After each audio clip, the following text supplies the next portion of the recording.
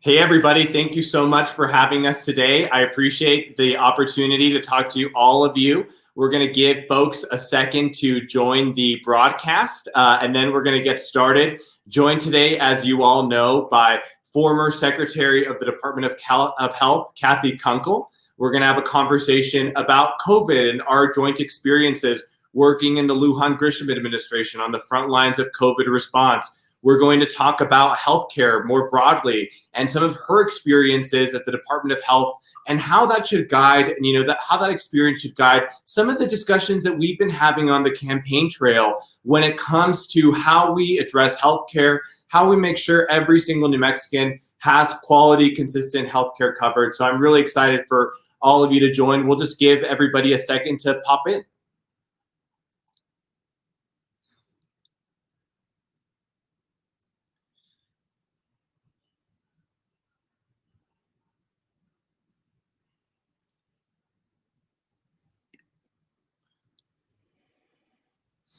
All right, I think we'll go ahead and get started now.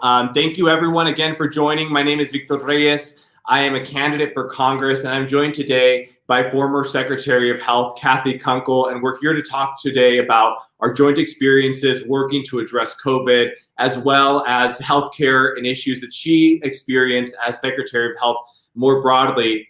And I'm really appreciative of former Secretary Kunkel for joining us today, because I was reminded today that today is the 1-year anniversary of the first case, confirmed positive case of COVID-19 in the state of New Mexico 1 year ago. Both Secretary Kunkel and I both remember where we were on that day when the case was confirmed, the discussions that we had up to that point, leading up to that moment where it was clear that there were going to have to be immediate actions taken to make sure that we were acting on the virus in a swift and prudent manner to make sure that the course forward was a course that would save lives. I want to thank Secretary Kunkel for her service in the administration, because I have no doubt in my mind that her work and her effort did help save lives and make sure that our families and the losses that we experienced in the state were not heightened in the numbers that we knew that they could be. And so I want to have everyone help me welcome Secretary Kunkel. Thanks so much for joining us, Kathy. Appreciate you being here. It is my pleasure, Victor, and I couldn't agree with you more about the importance of today, the fact that it's been a year, and such an incredible year, and I'm looking forward to this conversation.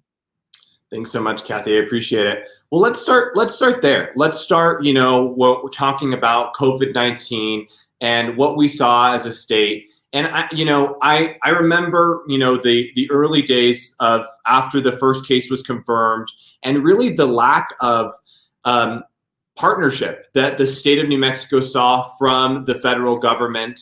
It seemed like the Trump administration was more intent on pitting states against each other to compete for resources than making sure that we were providing the resources necessary. What do you think some of the biggest issues that were facing the state of New Mexico on a federal level when it came to providing COVID relief and COVID assistance to states? So Victor, I'm glad to have an opportunity to say this publicly for the first time.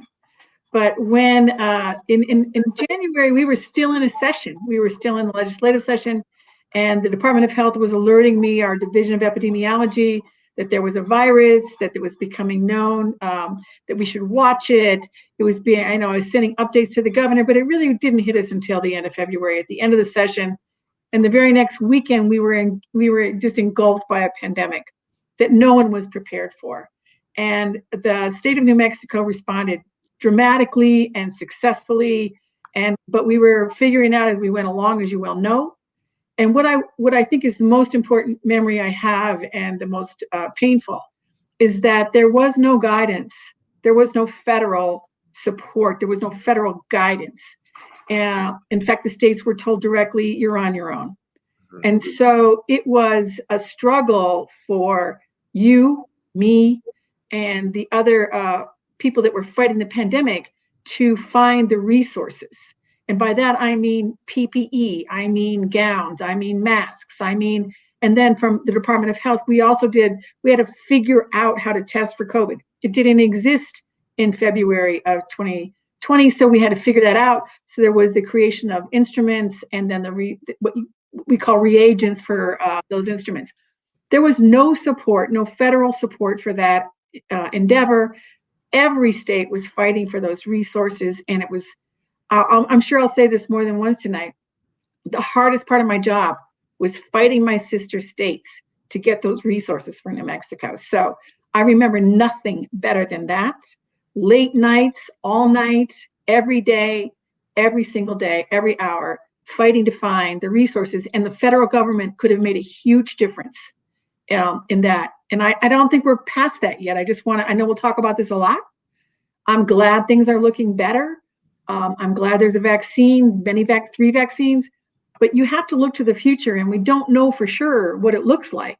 Mm-hmm. So had there been more federal support for the resources that every state needs, it would have been a very different picture for the United States. That's my opinion.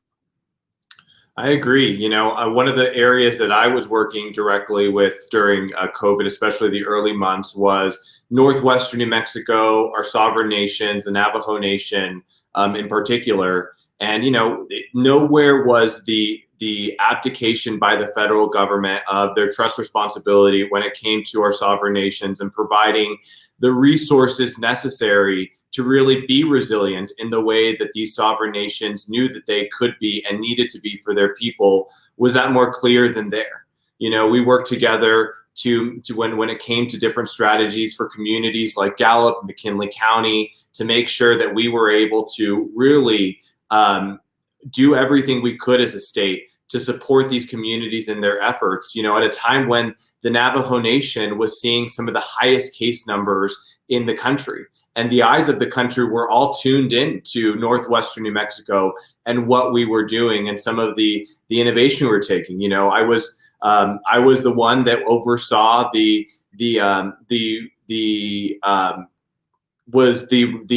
effort to restore and do a pause on Gallup and make sure that during the lockdown that happened within that city, that we were working with the Navajo Nation and the Pueblo of Zuni and the Gallup, McKinley County and the city of Gallup to make sure that that all those pieces were in line. And is that something that you think that I think that from my perspective, any relief package that comes forward needs to make sure that it does have the direct support when it comes to providing for our local governments, our state governments, our sovereign nations. Is that something that you think was absent in the early days and, well within to the pandemic? And would you agree that that's something that needs to be a priority in bills moving forward? Absolutely, Victor. My family is Native American. I have Native American grandchildren. There was a breakdown of communication and I think resource production for the IHS, the Indian Health Service, that was independent of the breakdown that the state of New Mexico experienced for the rest of the population. It was yours and my responsibility to address both. But what I experienced was some sort of breakdown in communication, but also a lack of resource production for the Indian Health Service. And I think that federally, we could do so much more for that service. And just a completely new approach to providing resources to the IHS. I do not fault them, our state partners in IHS. I think it was a breakdown from the federal level, which I never understood. I don't believe the governor ever was satisfied with the responses she got. But yes, so the short answer is yes. We need to fund the IHS more effectively, and we need to look at why there are breakdowns in communication, because certainly the state of New Mexico wanted to work closely with the IHS, and I think we could have done a better job, and I don't know why we experienced those issues. And another issue, just more generally, that again, another issue underlined by this pandemic, but has always been an issue for rural communities, for our sovereign nations, is the lack of healthcare professionals that these communities have. And I think that one of the things that we can do as the federal government needs to be supporting initiatives in the states for is recruiting and retaining healthcare professionals, doctors, nurses, for every healthcare professionals at every level. I think one of the ways to do that is to make sure that we are supporting their education and their educational attainment, and also helping them with the massive amounts of debt that often they see that are inhibitors of them seeking that profession, and helping them become ingrained with our community and invested. And I think at that point, what we've seen is that these professionals choose to make New Mexico, rural communities, sovereign nations, their home, their longtime homes. Did you see this issue, and do you think that that is a place where we as the federal government can be more active participants in? Oh, there's no question. Yeah, I saw that all the time. It's not just our indigenous communities, it is our rural communities as well. So I don't want to really distinguish between them too much because the problem is the same. Right. But New Mexico has a terrible issue recruiting and retaining medical professionals because we do not reimburse them sufficiently. And maybe we'll get into this with Medicare and Medicaid reimbursement, but you have to reimburse these professionals. We are not competitive with our neighbor states, and we lose them. The second issue that you touched on was the cost of medical education, whether you're a nurse or a related professional or a physician. The cost is prohibitive. And there are many federal programs that we could enhance, that we could explore, that we could bring to New Mexico in a greater way that would encourage medical professionals to come to New Mexico. We have a beautiful state. We have so many opportunities, but we tend to get professionals who are comfortable in their positions, not new professionals. And I think that what we really want to do is grow from our own. High school, college, grow our own, educate them here, and don't cripple them with a medical debt that takes 20 years to pay off, and our neighbor states pay better than we do. So that's my complicated answer to yes, I completely with you greatly. And there's a lot of federal programs that we should be looking at to bring to New Mexico through NIH and IHS and public health that I don't think I don't want to say use exploiting, but that's the word that comes to mind, but we're not utilizing to the extent that we could. We need more professionals, and we need to pay them for what they do. Yeah, I definitely appreciate that. And I wanted to ask you about something that I know is near and dear to your heart and certainly my heart. Americans are living longer across the country, and as they age, they need more care and more support. And we know that across the country, we are ill prepared when it comes to the long-term care infrastructure that we need to be building and that we need to be investing on. Do you think do you agree that that's a place where there's a gap, that it needs to be an all hands on deck approach to making sure that we're addressing that and making the right investments to ensure that we're not left in a situation where our elders, our seniors are left without the care that they need in their later years? Victor, I'm so glad you brought that up because New Mexico has a unique cultural approach to elders. It's not my cultural background. I'm Irish, but luckily, Hispanic culture and the Native American culture, they have, no offense, Irish people, I'm 100% Irish, but anyway, they really have deep respect and love for their elders. And we have an aging population in New Mexico, but we also have a really broken nursing care system that this was not my background. I inherited it. I learned as fast as I could. We lost 2 or 3 nursing homes as soon as I came on board. It was tragic to the community, tragic to the individuals who had to move. So I learned fast. And I can tell you that there's a lot of good news out there across the country. Things like, I'm going to call it the greenhouse project, which means there are ways of aging in place. There are ways we can look at aging in a different way where people get to stay home or stay in home-like communities. And I was working on this when I was Secretary of Health, along with the Secretary of Aging, Katrina Hotram Lopez, who has a big background in aging. And we were looking at bringing these concepts to New Mexico. We will need federal support. We will need an increase in reimbursement in perhaps Medicaid and Medicare. But there is so much that can be done, and New Mexico is ripe for this kind of development because they actually really, really care about their aging populations. I agree. And I think that there's a time that this is now a moment where we do need bold federal initiative to address the long-term care needs of Americans. I remember that Senator Kennedy had the Class Act that a watered down version of that type of investment was included in the Affordable Care Act, but nonetheless, it was a watered down version. And I believe we lost Senator Kennedy before that bill, that initiative came to fruition. And so I think that this is a moment for members of Congress at a time when Americans are looking to their leaders the most, for us to make some of these bold investments when it comes to aging and long-term services, when it comes to healthcare broadly. Wendy Parker Woods, who's watching today, she just asked, where does the responsibility for accessing those funds lie, those available NIH, IHS, et cetera, monies? And correct me if I'm wrong, Secretary, but it needs to be a partnership.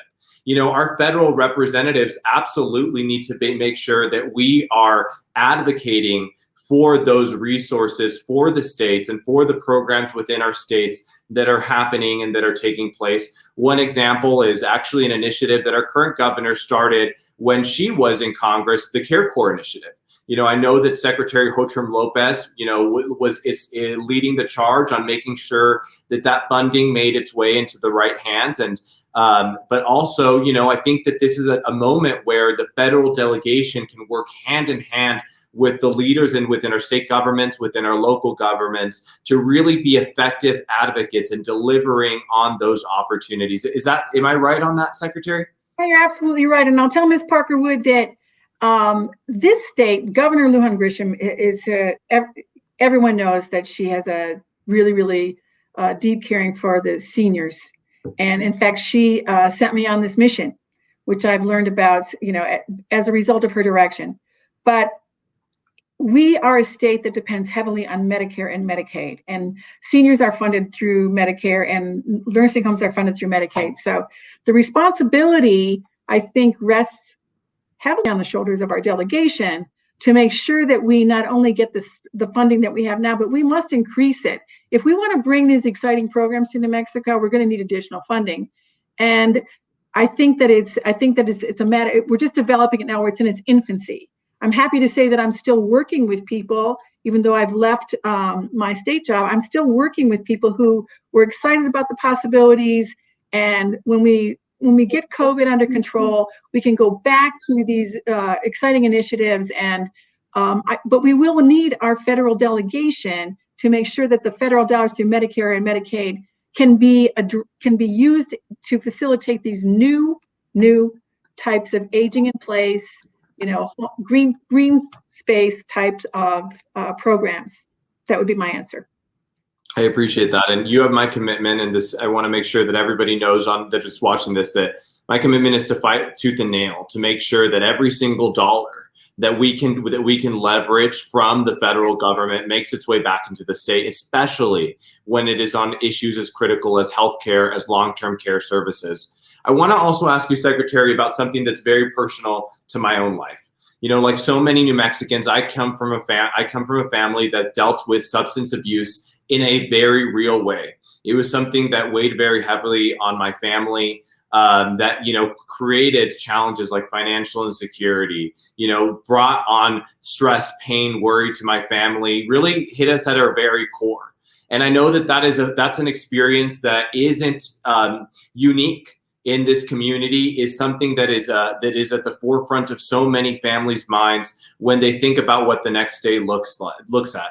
And I'm curious to know what innovative approaches and strategies should we be looking at the federal at supporting with federal resources that can really make a difference on the substance abuse disorder challenges that we're facing within our state. Okay, so thank you for this opportunity, Victor, because I want to talk about two things. First, when we talk about substance use, maybe it's just me, but I think a lot of people think about IV drug users. Mm-hmm. So I want to talk about that, and I also want to talk about alcohol. But first, let me talk about IV drug users. And so under the Governor Lujan Grisham, prior to COVID, of course, we were looking at this, and a delegation went to Vancouver Canada, to look at safe injection sites. And I think this is shocking to people. When you first hear about it, it was something I had to think about, but I did go. And the concept of safe injection sites is that people who use IV drugs have a place to go that is supervised. it doesn't endorse it. It doesn't encourage it, but it's a safe site. And Vancouver, Canada is famous for this. And so we were privileged to go there and learn. And it isn't, so there's many criticisms, and it might shock some people, but I salute the governor for being so proactive and exploring it. And we also went with the city of Albuquerque to give them credit. They went as well. The reason I think this is something that the state should not abandon, even though we have a lot of problems, is that it prevents drug use on the streets. It prevents needles in parks. It encourages people to be in a safe place, in a controlled space where overdoses are addressed immediately. And if treatment is an option, is something someone wants, it's immediately available, but so is other healthcare. So there's a lot of good reasons not to abandon this idea, as shocking as some people may find it. It isn't to encourage IV drug use. It's because this addresses a lot of the issues with of drug use that and makes an avenue for treatment if people seek it. So that was an extremely innovative idea of Governor Lujan Grisham that we pursued. Pennsylvania is still pursuing that. They are not yet legal, but our federal delegation could do a lot to educate the population, to support this effort, to explain that this isn't encouraging IV drug use. This is acknowledging the problem, the addiction, preventing deaths, and preventing use in the streets, really. Which so some of the things that I learned up there, one idea I had, which I borrowed and brought back, and I hope the Department of Health will continue, is something called Spikes on Bikes. So I had grandchildren who played in sports on all the fields all over New Mexico. And every spring we hear about some child sliding into home and getting stuck with a needle, as unfortunate as that is. So without judgment, there's a way to help clean that up, and that's called Spikes on Bikes. And it's people we pay to go out on bicycles and continue to clean it up in addition to the Department of Health. So there are things we can do while acknowledging that addiction is a problem that people struggle with, without judgment, to make it a safer world for both our families and the people who struggle. But I can't leave this without saying that New Mexico has, since 1997, had the highest number of alcohol-related deaths in the country. And prior to COVID, the Department of Health was working on some innovative interventions in McKinley County, and I salute the public leaders in McKinley County who invited us to participate. COVID put that aside, but I think New Mexico has to come to grips with this and continue to find ways to support people and eliminate this, or get a handle on this problem of alcohol-related deaths. And one of the things we were looking at was where people buy alcohol, and I don't think miniatures at gas stations is vital to our economy. And there were things like that we were looking at. But anyway, both of those issues are critical to address both from public health and just for people's, for families and for well-being. I appreciate that, Kathy. I do think that looking at innovative approaches is something that we should all be doing. And that, when it comes to some of the biggest challenges facing our state, we've got to look outside of the box about what can be done. And, and I think New Mexico needs members of Congress who are willing to think about some of those innovative strategies and think about how to support states in their efforts to make that a reality, whether it be a municipality like Albuquerque, whether it be the state government as a whole, as we begin to try to tackle challenges like the ones that we've seen and that we've been working on. Secretary, I was thinking back on one of the pieces of legislation that we worked on together in the last legislative session, in the 2020 legislative session, which allowed for the state to begin the process of potentially importing drugs from Canada. And during this last session, I've reminded folks on the campaign trail that this is a time that pharma came out in full force to oppose any efforts at looking at a proposal that could have drastically lower drug prices for New Mexicans. And that's something that I'm very proud to have worked with you on, to have pushed back, to have fought back against pharma, to have fought back and won. And so I was thinking about that. Are there other initiatives or ideas that you can think of that'll help us lower drug costs at the federal level? You know, one of the things that I support, as you know, and everyone knows, is a Medicare for all single payer healthcare system that I think would give Medicare and the federal government immense ability that we already have now to really aggressively negotiate for lower drug prices. And I think that's something that I'm going to be pushing for in Congress, is making sure that we are using every single piece of leverage at our disposition to make sure that we are lowering drug costs as much as possible, because nobody should worry about the cost of their medication when making determinations about what treatment course they're going for. And so I'm wondering if you have any thoughts on that.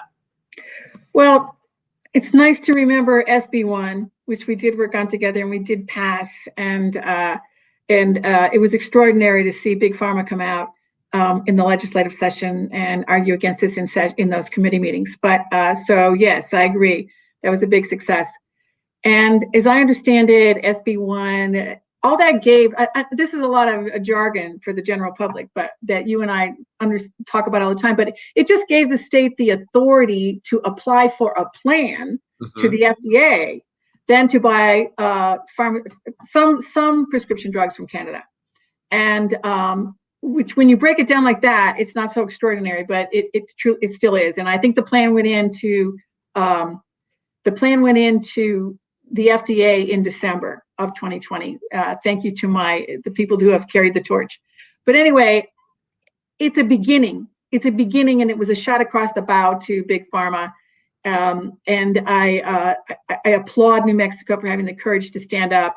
And I want everybody to think that we're going to drain Canada of their drugs. It's not going to happen. And, you know, it does give some people the opportunity to buy these pharmaceuticals at a lesser cost. But your question is, what else can we do? Is it Medicare for all? And that is a big ticket. That is a huge leap that I completely support. I moved when I retired this year. I moved from private insurance to Medicare, and I did not lose my physician. I did not lose my PCP. I did not lose any benefits.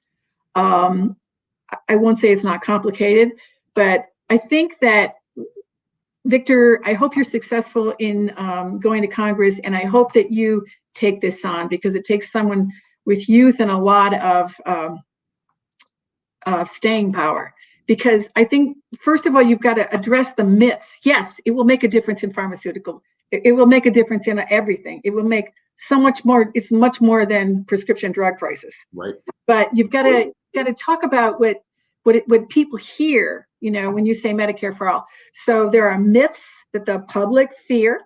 You're going to lose this. You're going to lose that. You can't pick your doctor. So you're going to have to find a way to talk to people where they understand they're not going to lose anything. And then you're going to have to deal with the fact that the United States considers healthcare a commodity.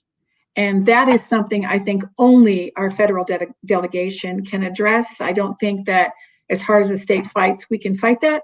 So those two issues, first, the way we talk about healthcare for all, to get away from jargon, to address myths, assure people they won't lose their care.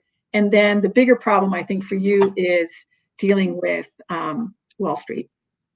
You know, whether it's Wall Street secretary, whether it's healthcare industry, just like we took on pharma here in New Mexico together, I'm committed to taking on whoever might stand in the way of passing Medicare for all. I do think that the federal government has the largest responsibility when it comes to making sure that every single New Mexican has quality, consistent healthcare coverage. You know, we've looked at we together, and we, during the last two legislative sessions that we served together, we saw proposal after proposal, all would have helped New Mexicans, but we as a state alone don't have the ability to really make some of these bold implementations. We need the federal government to step forward and to truly honor that commitment, that responsibility. Because right now we have 200,000 plus New Mexicans who are currently unemployed.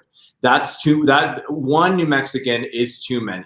When we talk about the fact that there are New Mexicans who worry about the cost of getting sick, who worry about going to doctor because they're scared about getting a bill in their mailbox 2 weeks later that they can't afford. That's not a community that any of us want to live in. And so we've got to be bold. We've got to look at these opportunities on what we can do.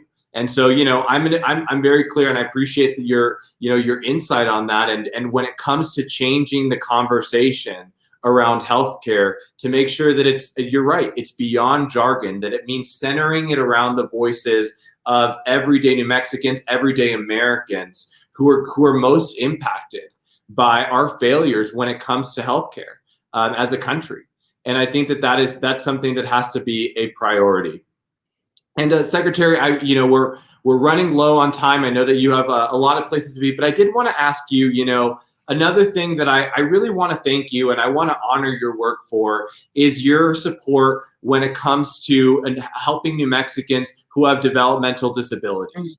And your work starting the DD supports waiver, the Developmental Disability Supports Waiver, to making sure that we're addressing the long wait lines that often comes with services that we have a responsibility to provide to New Mexicans. I was wondering if you could talk about that experience and what I need to be looking out for at the federal level to make sure that we can continue to aggressively provide support for this community.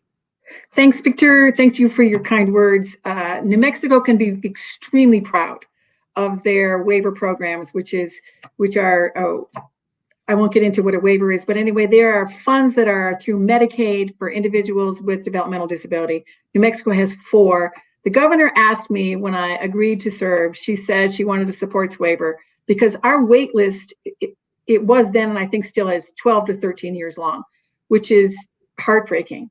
And part of the problem is that our developmental DDSD, our Developmental Disability Supports Waiver, is so generous that we can only give it to a limited amount of people. So the governor came up with the idea of creating a supports waiver for the people on the wait list. They get $10,000 a year to buy services and supports, which the only thing it doesn't include is residential. And this gives people the time and opportunity to become independent. It was brilliant. I'm very proud of it. I'm proud of New Mexico. I'm proud of DOH for getting it done. It would be catastrophic if the federal government were to change their system and no longer give us the FMAP, the federal match, medical match we have, and give us what's called a block grant, which is just a chunk of money to the states that then they can dispense. So the way the system is set up now needs to be supported. We need to continue to give New Mexico the support that it deserves, that funds these programs. We fund part of it. We give the seed money. The federal government gives us a match. And we have always had one of the best DD programs in the country. And we have now the supports waiver as well, serving people on the wait list. I appreciate that, Secretary. Thank you. And you have my commitment that I will fight against any attempts to move towards block funding, block grant funding. I think that would be detrimental to the communities that you fought so hard, that the governor's fought so hard to serve. I think that's going to be a priority for me. And so if I ever get any wind of that happening, you have my word to do whatever I need to do to stop that type of a transition, because it would mean the loss of so many resources for New Mexico and New Mexico families who need it the most. So I appreciate that. You would. Secretary Kunkel, I just want to thank you again for the time that you've spent with us tonight, from drug importation to addressing COVID to, making sure that we're protecting the medical cannabis program here in New Mexico. So many things that I've had the honor of working with you on over the years. You are one of New Mexico's fiercest advocates. We will forever be paying back the debt to public servants like you. And I just want to say thank you from the bottom of my heart. And I'm not sure if there are any closing words that you'd like to add. There are. Thank you so much. I want everyone who's watching tonight to know that I worked with Victor for at least 2 years. And when I first came to the secretary job, I didn't know Victor. I started into a 60-day session and I watched Victor in action, and he was incredible. He could talk to anyone. He did talk to anyone. He worked day and night and he made things happen. And I think he can do the same for us in Washington. Thank you, Victor. I support you completely. Thank you for your support, Secretary. I appreciate you, and I appreciate everybody that joined us this evening. Please go online to victorreyes.org, sign up to volunteer, help us in any way you can. If you can contribute something, whether it's $1, $2, $3, please chip in. We're running a grassroots, people-powered campaign, and so anything helps. I appreciate each and every one of you spending some time. These conversations are important. We're going to continue to have visits with Victor because I think it's important for you to hear from me, but also hear from experts that I'm going to be listening to when I'm in Washington fighting for you, making sure that I'm making the best decisions for our state. You know, I think that that's what being in Congress should be all about. Listening to people, lifting up their voices, making sure that we are working together as a community. So thank you all again for joining us. I hope you have a great evening. And again, thank you, Secretary Kunkel, for everything you do. Good night, Victor. Good night, guys. Bye-bye.